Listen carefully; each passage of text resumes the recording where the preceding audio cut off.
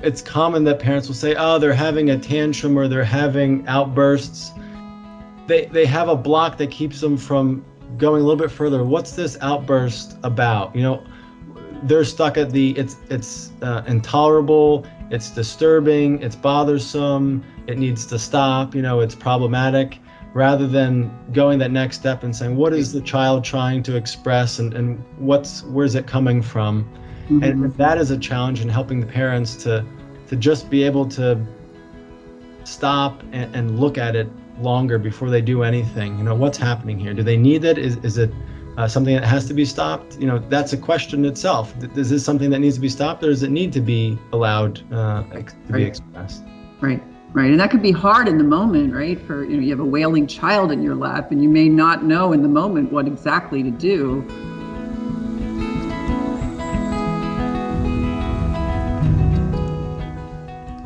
Welcome to the A Different Kind of Psychiatry podcast, brought to you by the ACO. I'm Dr. Chris Burritt. Each month, we feature a patient interview, case presentation, or interview or discussion with one or more of our doctors who practice a different kind of psychiatry. We're interested in your questions and comments, and I would love to hear your feedback. Send an email to aco@orgonomy.org. The best way to help the American College of Orgonomy spread its knowledge is by letting others know about us. If you enjoy the podcast, we'd appreciate you leaving a rating and review. If you're interested in attending one of our webinar presentations, you can meet the doctors and join in on the discussion afterwards. If you're interested in training with the ACO, you can learn more about the medical orgone therapy or social orgonomy training programs. You can connect with us and learn more at orgonomy.org. This episode features the reading of one of my articles in the Journal of Orgonomy entitled A Family Deals with Its Emotions, Part 1, followed by a discussion with Dr. Susan Marcel. The discussion touches on tolerating feelings, expression and restraint of emotions, and parenting.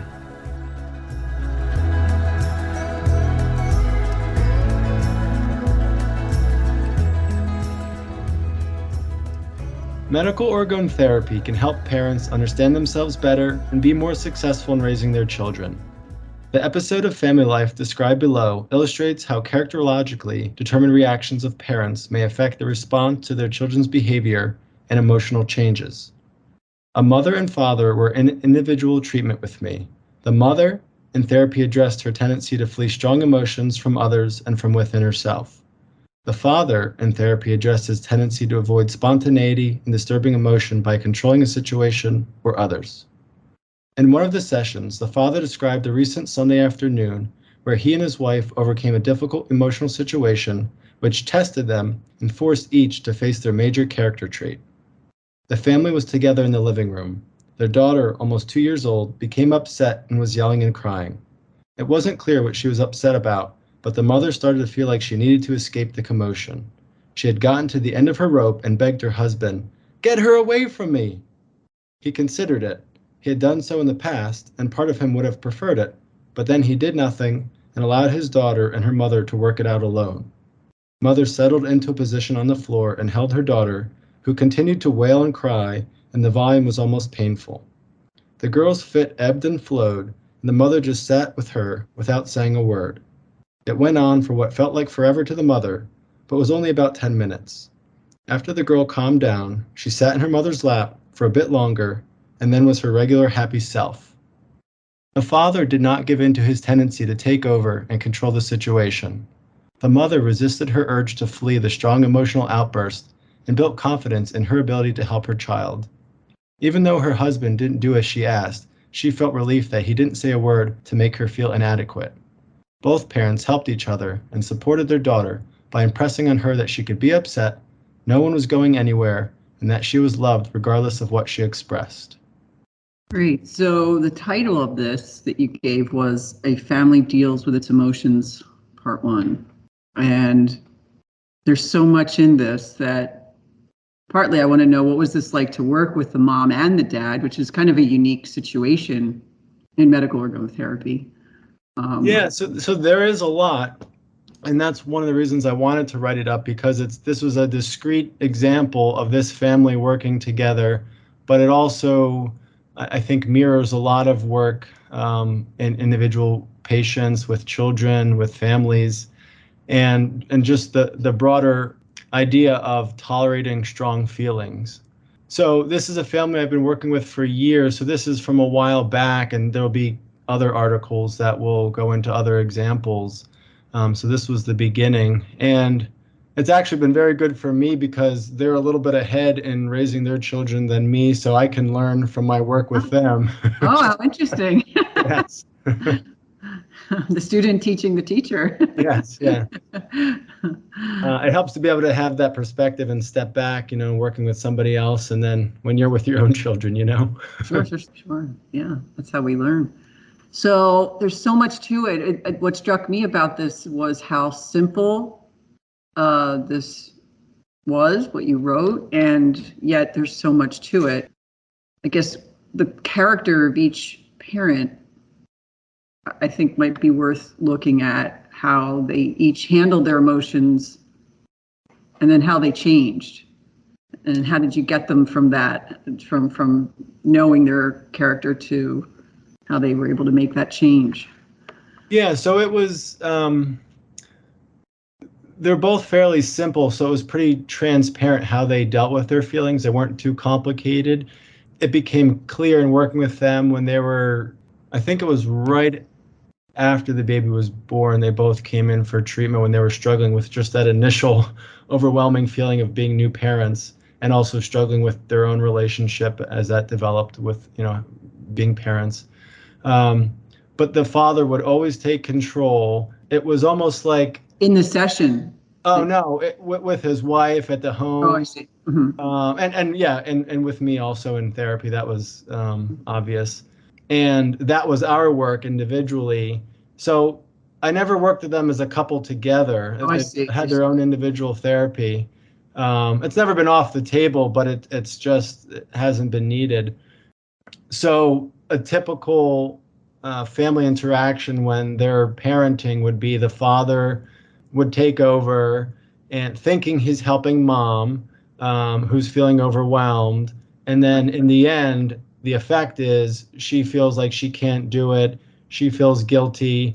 And Yeah, that really struck me, with that when you said how the mother was not getting confidence when the father would intervene. I mean, did the father even realize that was going on? he had no clue initially, but that's Right. what I was able to help him with, Yep. and to look at that perspective of, is that really what she needs? Right. And then on the other side of it was she expressing this sense that she needs help when truly she's stronger than she was conveying, and Right. realizing within herself, and not even realizing what she was contributing to pull father into a difficulty with her and her child. So and the thing is, this happens all the time with families and parents. Yes, of course. And it's been really gratifying to work with them to see, and be able to help each other. Mm. And it was so wonderful to hear the father, describe this experience. And it's like that was their, like the big game. Like they took everything they've been learning and working on, and it all worked out perfectly together. Yeah, for them to see that kind of success, Yeah. a screaming child for 10 minutes is huge, especially, if you're a new parent and you have a 2-year-old. They don't have the capacity to say, Mom, I'm tired, or Mom, I'm lonely, or I'm hungry. They just wail. So for a new parent, this was their first child. Yes. Yeah. So what that stirred up in them, all the emotions, the reactions, this was huge. Just being able to make this pivot from the old way, based on their character, to something new that actually lifted everybody up out of this misery that they were all contactless, right? Right. They weren't connected with each other. They didn't get it. Right. But that changed. I was imagining the child on the mother's lap, just sobbing and wailing, and how hard that must have been for all three of them. But then it kind of rose and then calmed down. She discharged it. So the mom made it safe, right? Yeah, and it was express it was acceptable, whatever misery, frustration, sadness, it was just allowed to be. And that's been very gratifying working with them of just standing whatever's there, whatever frustration, whatever difficulty, and sometimes and often you don't have to do anything, just be present and be connected with the person you're with or the child. That's been difficult for both of them. I think for all of us, it can be very difficult just to tolerate Right. intense feeling, intense sensation, Sure. Yeah. So I think the line that touched me the most was what you said when you wrote, no one was going anywhere and that she was loved regardless of what she expressed. That's not the typical scenario that I see in the families I've worked with, that love is conditional, behave and then I'll love you, that kind of thing. I mean, this family really took a very brave, different way, I think. And, for that little girl, that's that she's loved no matter what she feels, no matter how she says it or screams it.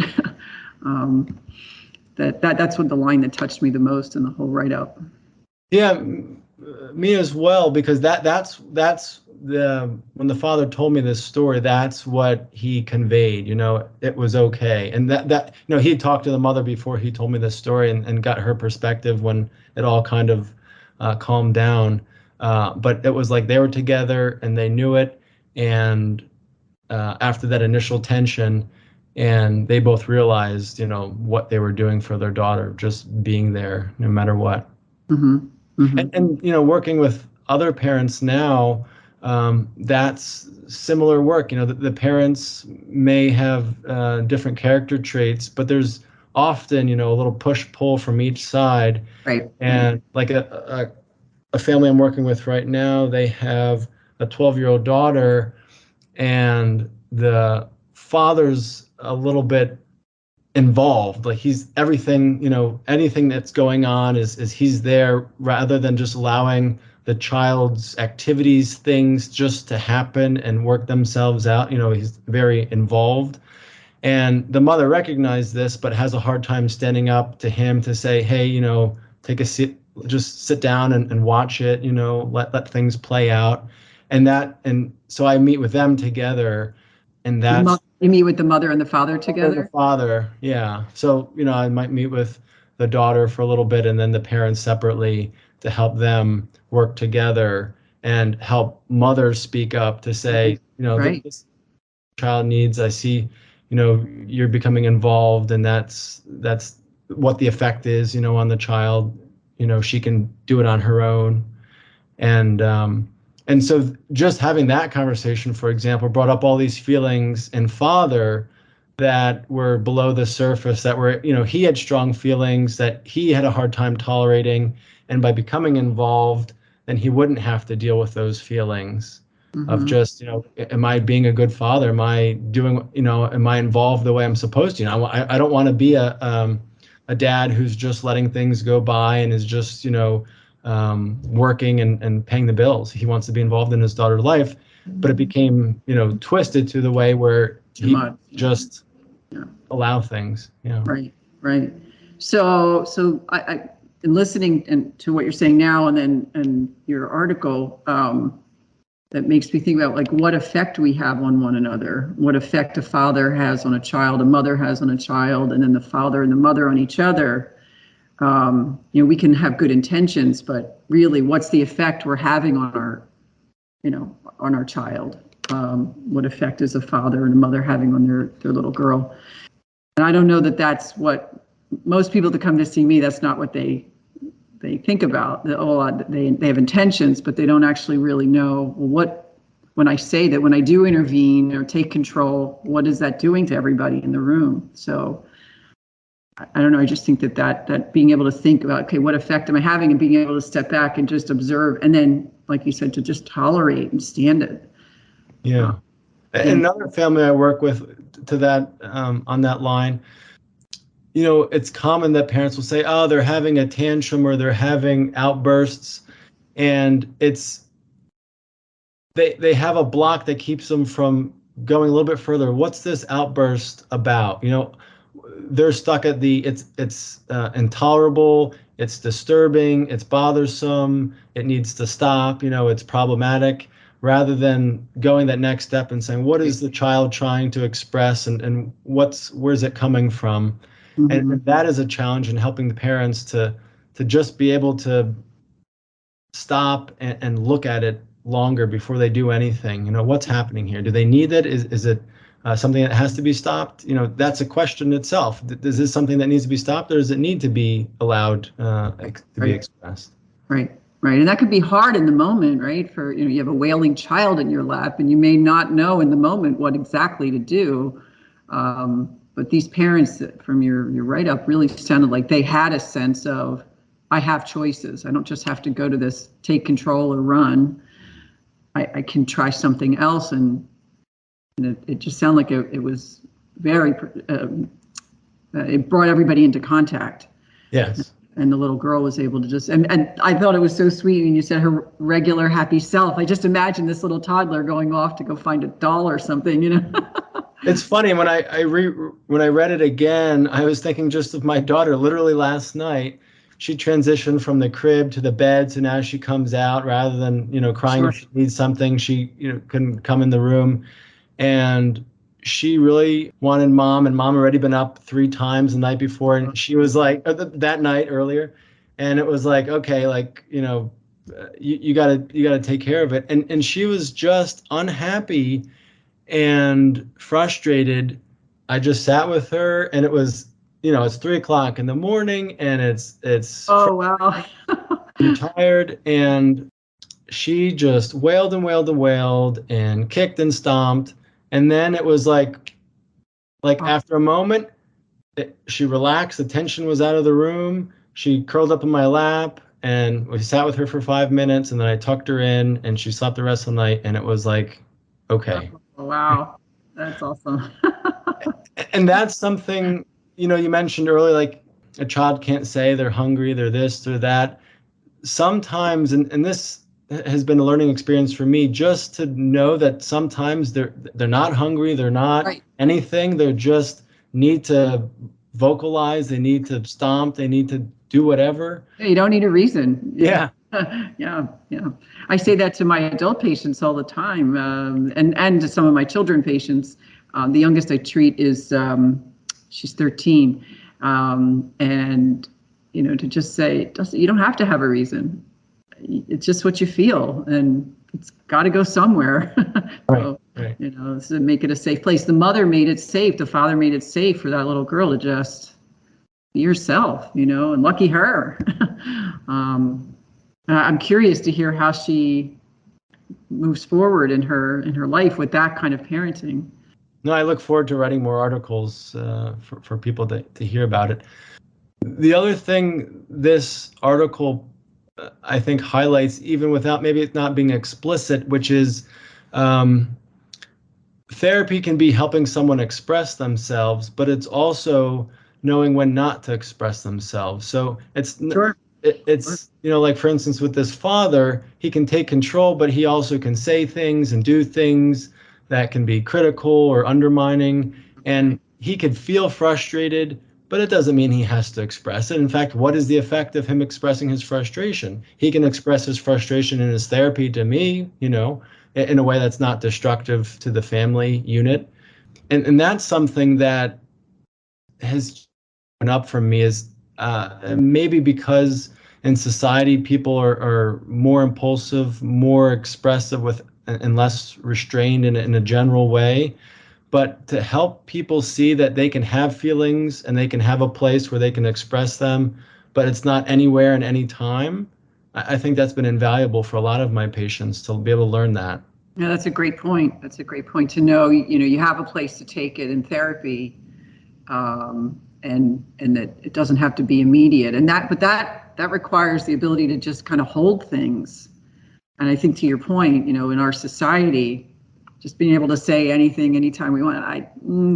Again, what effect do you want to have on yourself, on the other person? I mean, I can imagine if the parents had allowed this child to, and they did their typical he got controlling and she ran away and fled her feelings. What that little girl's watching a dynamic of parenting and of marriage and what effect that would have on her years later. I mean, we don't know, but I can imagine it might not bode well for her and how she's going to handle her emotion going forward as a young adult and as an adult. So just this simple, little vignette it's just the effect it could have on that child's life and on the parent's life is profound, Yeah. And the way I look at it is, helping them, like I wrote in the article, to be aware of, how did I say it? Medical orgone therapy can help parents understand themselves better and be more successful in raising their children. The idea is they can address their stuff and their daughter may not need therapy, that may need minimal help, dealing with some of her own stuff that comes up, that just because we all have something, there's no perfect person. Mm-hmm.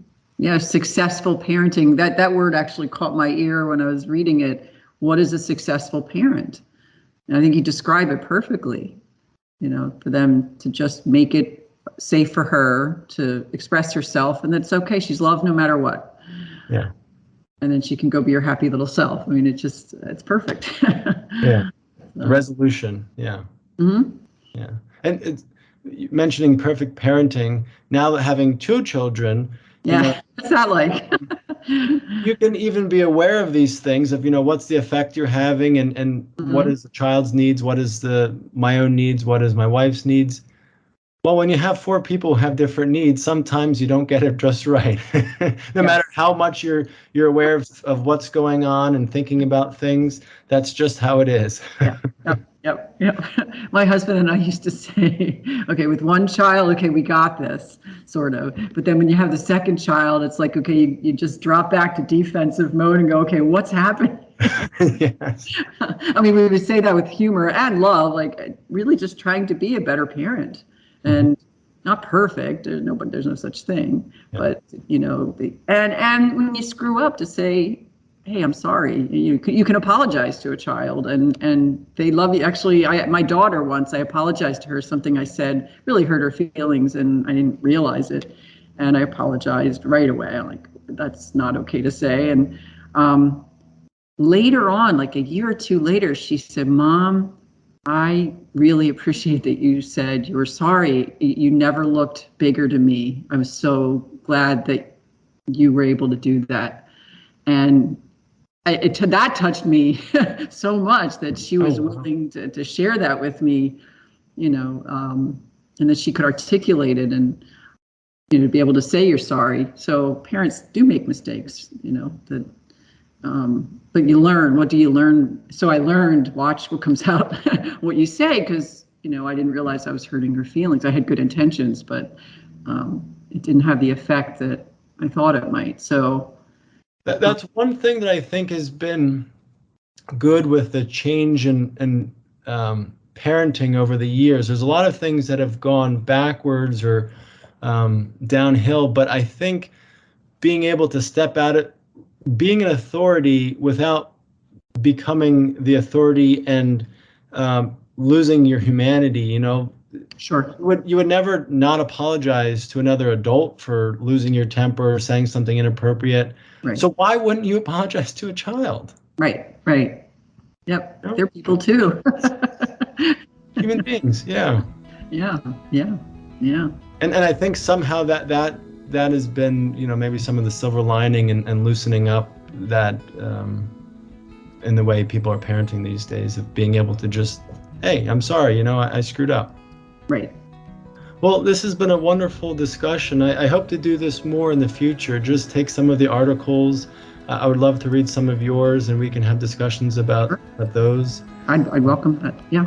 I appreciate your time. Yeah. Thank you. Thank you for what you're doing.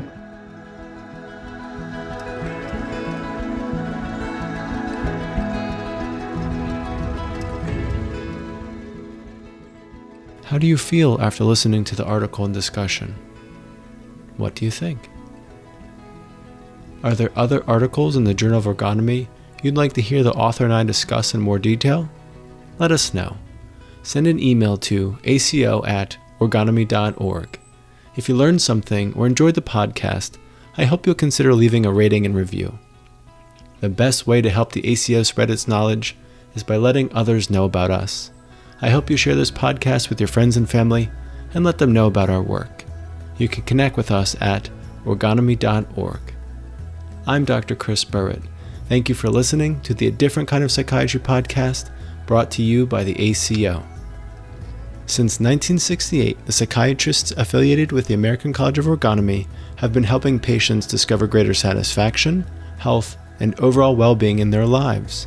Whether patients suffer with mental illness, struggle with addiction, or feel unsatisfied with their work lives or relationships, medical orgone therapy as practiced by the physicians at the ACO offers a way forward, often without the use of medication.